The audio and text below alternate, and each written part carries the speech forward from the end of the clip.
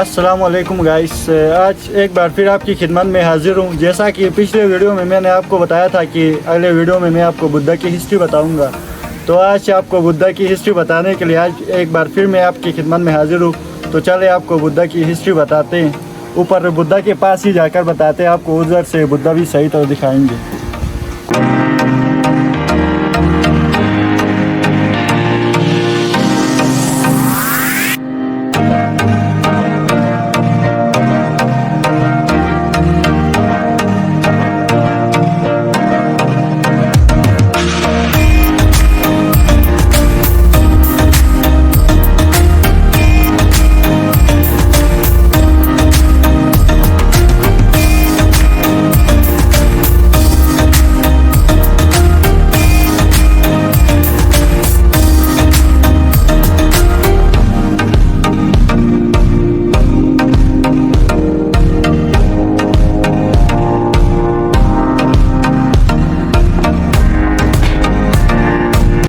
Guys, एक बार फिर से हम इस बुद्धा के पास पहुंचे, तो अभी मैं आपको इसकी हिस्ट्री बताता हूं। गाइस, अभी मैं आपको इसकी हिस्ट्री बताने लगा हूं। तो मैं आपको इसकी असल हिस्ट्री बताने से पहले इसकी जो लोकल हिस्ट्री है, यहाँ के जो लोकल मुकामी लोग हैं उनकी जो हिस्ट्री है वो बताना चाहूँगा। पहले उनके मुताबिक ये हिस्ट्री ये है कि पहले ये सदियों पहले ये जो बुद्ध थे ये एक चुड़ैल हुआ करती थी।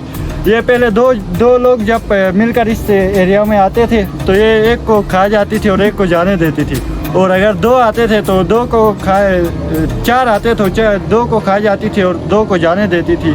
तो इसी तरह जब लोग इससे परेशान हुए, बाद में जब लोगों को ज़्यादा तंग किया इसने, तो लोग यहाँ के एक लोकल बगरोट के एक हकीम के पास चले गए।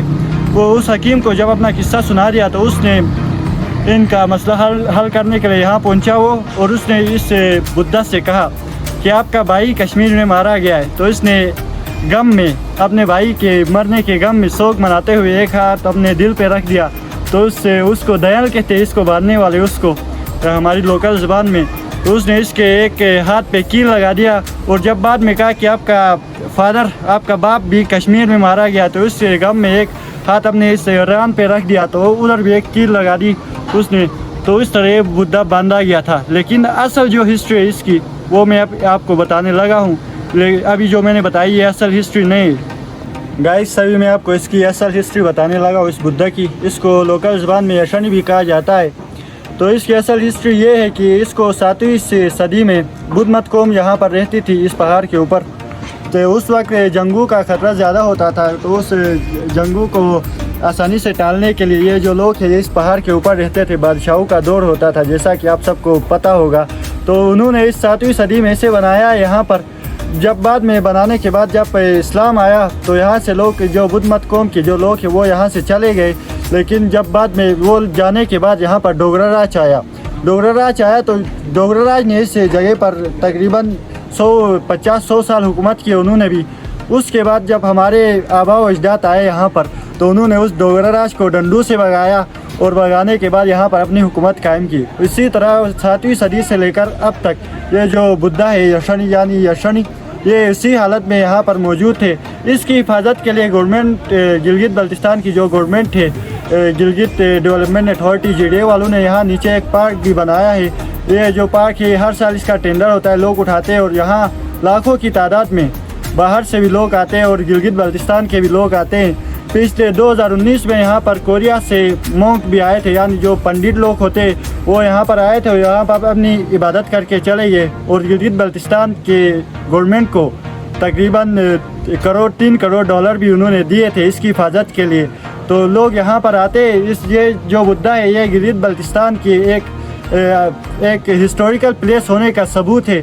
इस तरह आप देख सकते हैं कि ये जो बुद्धा है ये अपनी ओरिजिनल हालत में भी मौजूद है। जितना मुझे पता था वो मैंने आपको बता दिया। अभी यहाँ के जो लोकल लोग हैं उनसे भी पूछने की कोशिश करते हैं कि उनकी क्या राय है इसके बारे में। चले। अस्सलाम वालेकुम। क्या हाल है भाई? कुछ पूछना है, अगर आपकी इजाज़त हो तो। ज़रूर पूछ सकते हैं। ठीक है। आप यहाँ के लोकल है? जी जी, हम यहाँ के लोकल हैं। अच्छा, तो मैंने आपसे ये पूछना था कि ये जो बुद्धा है इसकी हिस्ट्री के बारे में आपकी क्या राय है? कुछ तो मैंने बता दिया, लेकिन आप यहाँ के लोकल है तो आपसे पूछते हैं। चलो बताएं आप। इसकी हिस्ट्री ये कब्ल ईस्वी, कुछ आपको शायद आपकी इल्म में हो कि कब्ल ईस्वी यानी ईसा अलैहिस्सलाम के दौर से पहले की बनी हुई है। उस वक़्त लोग पत्थरों को तराश के उनके अंदर रहा करते थे। उस वक़्त के पत्थर से तराशा हुआ मुजस्सिमा है, आपने देखा होगा। और इससे दूसरा इसका प्रूफ ये है कि इसके ऊपर जो कीमती असासे मिलते हैं वो आज के दौर में भी लोग इधर ऊपर माइनिंग का काम भी करते हैं। उधर उस दौर की कीमती जो असासे हैं, जो मोतियां हैं, सोना जवाहरात जो हैं, वो आज के दौर में भी इसके ऊपर मौजूद हैं। जी मेहरबानी, आपका शुक्रिया।